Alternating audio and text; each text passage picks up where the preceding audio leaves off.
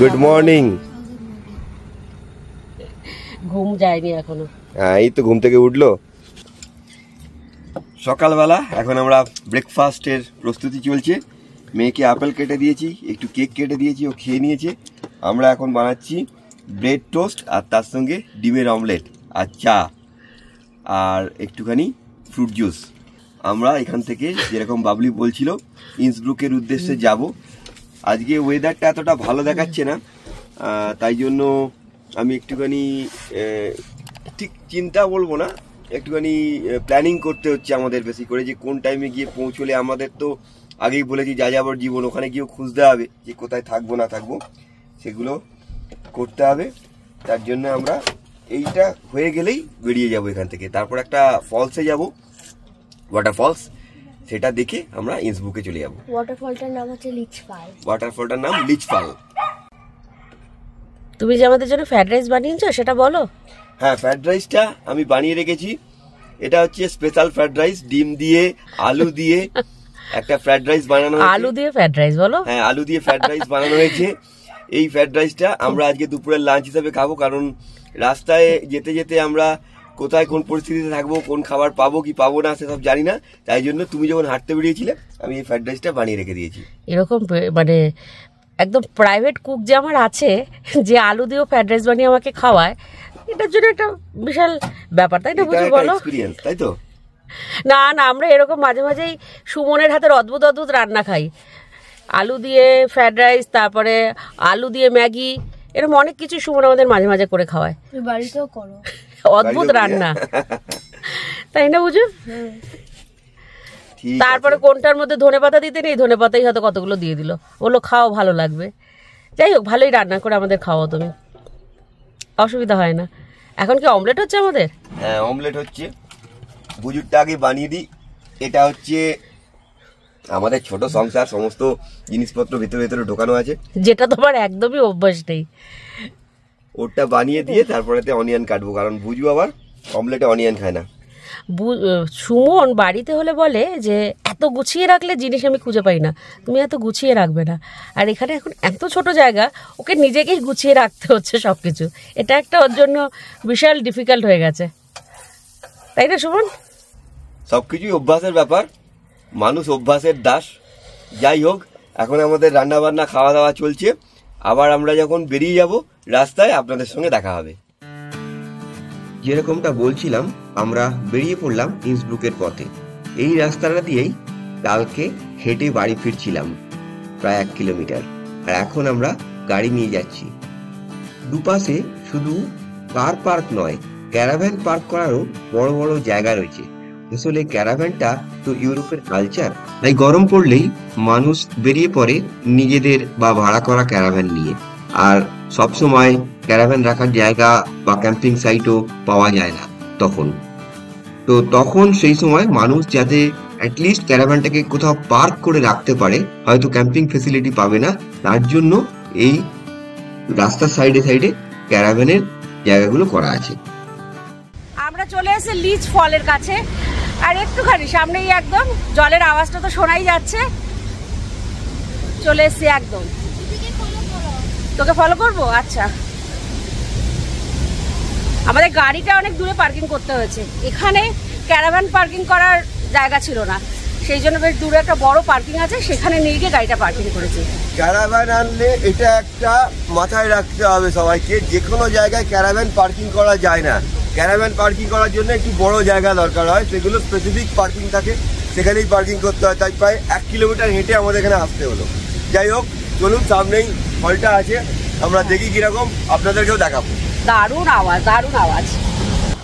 জলের আওয়াজটা আস্তে আস্তে তীব্র হচ্ছে। এই ছবি দেখলেই যথেষ্ট, এদিকে আর আলাদা করে ডেসক্রিপশন দেওয়ার কিছু নেই।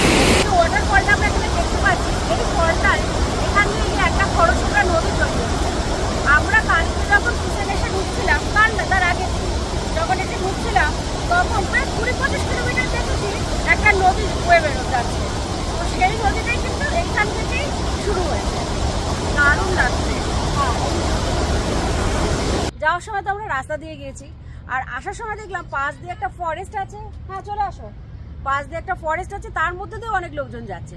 তো আমরাও নেমে পড়েছি, আমরা এবার ফরেস্টের মধ্যে দিয়ে যেখানে পার্কিং করেছি গাড়ি সেখানে যাব। অতটা যাওয়া যাবে কিনা জানি না, তবে রাস্তাটা খুব সুন্দর, তাই হাঁটতে ভালো লাগছে। ওপরটাতে তো গাড়ি ঘোড়া চলছে, তো এই ফরেস্টের মধ্যে দিয়ে আমরা এখন হেঁটে হেঁটে যাচ্ছি, যতটা যাওয়া যায়। তারপর উঠে পড়বো। যাচ্ছে হ্যাঁ, এই ফলসটা লোক নিচ থেকে গিয়ে মানে হেঁটে জঙ্গলের মধ্যে দিয়ে গিয়েও দেখছে। আমরা তো মেন রাস্তার উপর দিয়ে গিয়েছিলাম। হ্যাঁ সেটাই। আর দেখুন এখানে বাচ্চা বুড়ো সবাইকার মজা করার জন্য কত রকম ব্যবস্থা করে রেখেছে এই গাছগাছালিকে ব্যবহার করে। বিভিন্ন রকম ছোট ছোট অবস্ট্রাকেল আর কি, কিছুটা হয়তো দিয়েছে জলটা পেরোতে হবে হাত দিয়ে মাংকি বার করে, কোনোটায় হয়তো একটা দড়ির ব্রিজ করে রেখে দিয়েছে, এটার ওপর ঝপাং ঝপাং করে লাফালে জল চারদিকে ছড়িয়ে যাচ্ছে। আর বুড়োরাও বাচ্চাদের মতো অনাবিল আনন্দে মেতে উঠছে, বাচ্চারা তো তাদের সঙ্গে আছেই। চারদিকে একটা মানে সবুজ পরিবেশ, এই চারদিকে সবুজটা দেখতে সত্যি খুবই ভালো লাগে।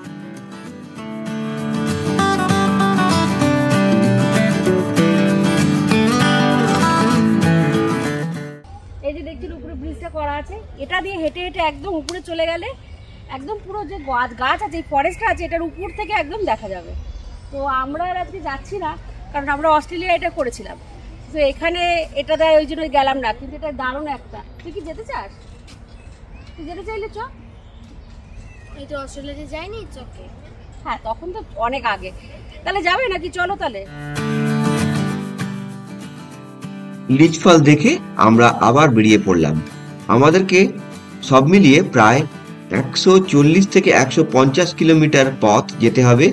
গুগল ম্যাপে দেখাচ্ছে এটা প্রায় 2 ঘন্টা 45 মিনিট মতো, তাহলে সব মিলিয়ে ধরে নিতে হবে আমাদের প্রায় 3 থেকে 3.5 ঘন্টা লাগবে।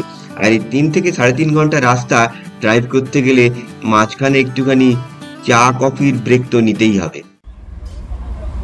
মাঝখানে একটু দাঁড়িয়ে পড়লাম কফি খাবো বলে। এত সুন্দর রাস্তা যাচ্ছিলাম, কিন্তু হট করে মনে হচ্ছে খুব ঘুম পাচ্ছে।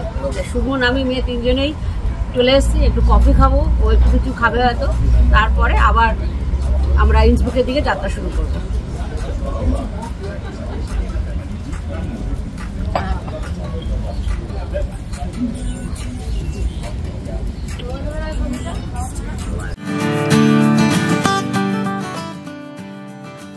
আমরা প্রায় ইন্সবুকের কাছাকাছি পৌঁছে গেছি। চারদিকে ছোট ছোট বাড়ি দেখা যাচ্ছে, পাহাড়ি গ্রাম। আকাশ কিন্তু কালো করে আছে, যে কোনো মুহূর্তে ঝমঝম করে বৃষ্টি নামতে পারে। বাবলির আবার পাহাড়ে বৃষ্টি দেখতে খুব ভালো লাগে, তাই ও কিন্তু খুব উৎসাহিত হয়ে আছে যে কখন ঝমঝম করে বৃষ্টি নামবে। আর আমি ভাবছি পাহাড়ি রাস্তায় যদি খুব জোরে বৃষ্টি নামে তাহলে ড্রাইভ করাটা হয়তো একটুখানি সমস্যা তৈরি হবে। দেখা যাক কি হয়। আর যেরকমটা বলছিলাম, দেখুন ঝমঝম করে বৃষ্টি নেমে গেল। যদিও ড্রাইভ করতে খুব একটা অসুবিধা হচ্ছে না, গাড়ির স্পিডটা একটু কমিয়ে দিয়েছি। বাবলি আর মেয়ে খুব এনজয় করছে। আমার কিন্তু বৃষ্টি পড়ার সময় ভালো লাগে না পাহাড়ে, কিন্তু বৃষ্টি হয়ে যাওয়ার পরেতে সেই যে চারদিকে একটা ভেজা ভেজা ভাব, তার উপরে যখন সূর্যের আলোটা পড়ে প্রথম বৃষ্টি হওয়ার পরেতে, সেটা দেখতে অপূর্ব লাগে। ক্যাম্পিং অ্যাপে দেখে আমরা ইন্সব্রুকের একটু বাইরে নাতার বলে একটা ছোট্ট গ্রামের ভিতরেতে একটা ক্যাম্পিং সাইটে থাকবো বলে ঠিক করেছি, কিন্তু জানি না ওখানে গিয়ে জায়গা পাবো কিনা, কারণ স্পট বুকিং করতে হবে। আমরা প্রায় এসে গেছি, চলুন আমাদের সঙ্গে আপনারাও দেখি জায়গা পাওয়া যায় কিনা। আমরা ইন্সবুকে চলে এসেছি, যেখানে থাকবো মানে যেই ক্যাম্পিং সাইটটা থাকবো সেই জায়গাটাতেও চলে এসেছি। এইটা কিন্তু একটু ডিফারেন্ট। আমরা যে জায়গায় ছিলাম আগে ক্যাম্পিং সাইটটা, সেটার থেকে, ওটা তো ক্যাম্পিং সাইট ছিল না, ওটা ক্যারাভ্যান পার্কিং স্পট ছিল, তো ওটার থেকে এটা কিন্তু একটু আলাদা। কালকে আপনাদেরকে ঘুরিয়ে দেখাবো পুরো ক্যাম্পিং সাইটটা, এটা একদম অন্যরকম। আর এখন আমরা ভিতরে ঢুকছি, এতক্ষণ বেশ টাইম লেগে গেল। আমরা এখানে কার্ড নিলাম, তারপরে সমস্ত কিছু ওদের যে সিস্টেম আছে সেগুলো জানলাম, পেমেন্ট করতে হলো, সবকিছু করে বেশ অনেকটা টাইম লেগে গেছে। এখন আমরা ভিতরে ঢুকছি। আর এই যে পিছনে সুমন, আর এইদিকে মেয়ে বসে চকলেট খাচ্ছে। বেশ খুব মানে ভালো বৃষ্টি হচ্ছে এখানে। এই সবার মনে ছিল একটু যদি পেঁয়াজি হতো খুব ভালো হতো কফির সাথে। এই যে আমরা এখন ভিতরে ঢুকছি, চারপাশে পুরো ক্যারাভ্যানে ভর্তি, তারপরে সব ক্যাম্প করে রেখেছে। দারুণ জায়গাটা, আপনাদেরকে কালকে সকালে পুরো জায়গাটা ঘুরিয়ে দেখাবো। এই যে স্কোয়ার জায়গাটা দেখছেন, এটা আমাদের জন্য।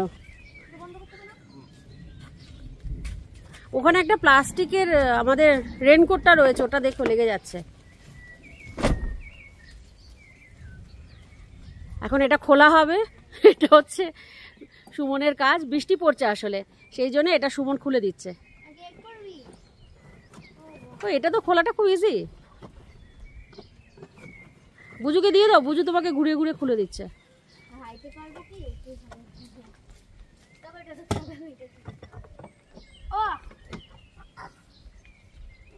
ক্যাম্পিং সাইটে প্রত্যেকটা ভ্যানের জন্য আলাদা করে ইলেকট্রিক্যাল আউটলেট থাকে। এই যে আমাদের ফ্রিজ চলছে বা আমরা লাইট জ্বালছি, সেগুলো একটা ব্যাকআপ ব্যাটারি আছে, সেই ব্যাটারিটাকেও চার্জ দেওয়ার ব্যাপার আছে। এবার তার জন্য এই ইলেকট্রিসিটিটা আমরা ইউজ করবো। ইলেকট্রিসিটি দিয়ে সমস্ত কিছু চলবে। যদি কোনো সময় ইলেকট্রিসিটি না থাকে তখন আমাদের ব্যাটারিটা কাজে লাগবে। বাবার হেল্পার, বাবার হেল্পার না বাবা হেল্পার? বাবা হেল্পার।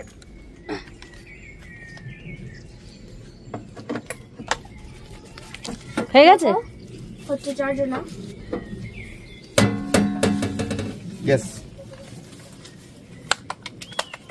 Good job.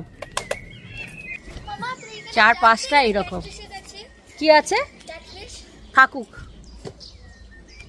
এই দেখুন কত লোক ক্যাম্প করে আছে। আর এই সামনে যে বিল্ডিংটা দেখছেন, এটার মধ্যে টয়লেট, রান্না করার জায়গা, স্নান করার জায়গা সবকিছু আছে। থাকেও মানে ঘরও আছে থাকার? আচ্ছা, কালকে আপনাদের পুরো 4-5টা ঘুরিয়ে দেখাবো। এই জায়গাটা কিন্তু একদম অন্যরকম। ঠান্ডার ভয় সুইডেন থেকে অস্ট্রিয়া ঘুরতে আসলাম, আর এখানে এসেও কিন্তু বেশ ভালো ঠান্ডা লাগছে, কারণ বাইরে তো অনবরত বৃষ্টি হয়ে যাচ্ছে।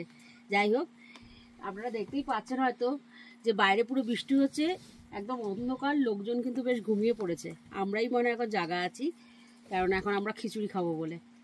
আর সারা রাত্রি বলছে বৃষ্টি হবে। দারুণ লাগছে কিন্তু, পুরো একদম পাহাড়ের উপর আমরা আছি, তার উপরে 4-5টা পুরো জঙ্গলে ভর্তি। মাঝে মাঝে সব ক্যারাভান রাখা আছে, গাড়ি রাখা আছে, তারপরে কিছু স্তূগা আছে, মানে কাঠের বাড়ি আছে, সেইগুলো রয়েছে। আর পুরো বৃষ্টি হয়ে যাচ্ছে, পুরো বাইরে বৃষ্টির আওয়াজ, ঝিঝি পোকার আওয়াজ হচ্ছে, আর শুধু ওই কয়েকটা মাঝে মাঝে লাইট জ্বলছে। দারুণ লাগছে দেখতে। যাই হোক, এরপর খিচুড়ি খাবো, খেয়ে দিয়ে আমরাও শুয়ে পড়বো। এতক্ষণ বাইরে বসেছিলাম, এখন আবার ঘরে ঢুকে এসেছি, কারণ বৃষ্টিতে বাইরে বসতে পারছি না। আর এখন দুটো জামা পড়েছে, বেশ ঠান্ডা লাগছে। বৃষ্টি পড়ছে? হ্যাঁ, জমজমিয়ে বৃষ্টি পড়ছে, আর এবার আমাদের শুয়ে পড়ার পালা। তাহলে আজকের ভিডিওটা এখানেই শেষ করলাম। ভিডিওটা কেমন লাগলো কমেন্ট করে আমাদেরকে জানাবেন। আর ভিডিওটা ভালো লাগলে আমাদের চ্যানেলটাকে সাবস্ক্রাইব করে দিয়ে আমাদের পাশে থাকবেন, শেয়ার করে দেবেন আপনার বন্ধু বান্ধবদের সঙ্গে।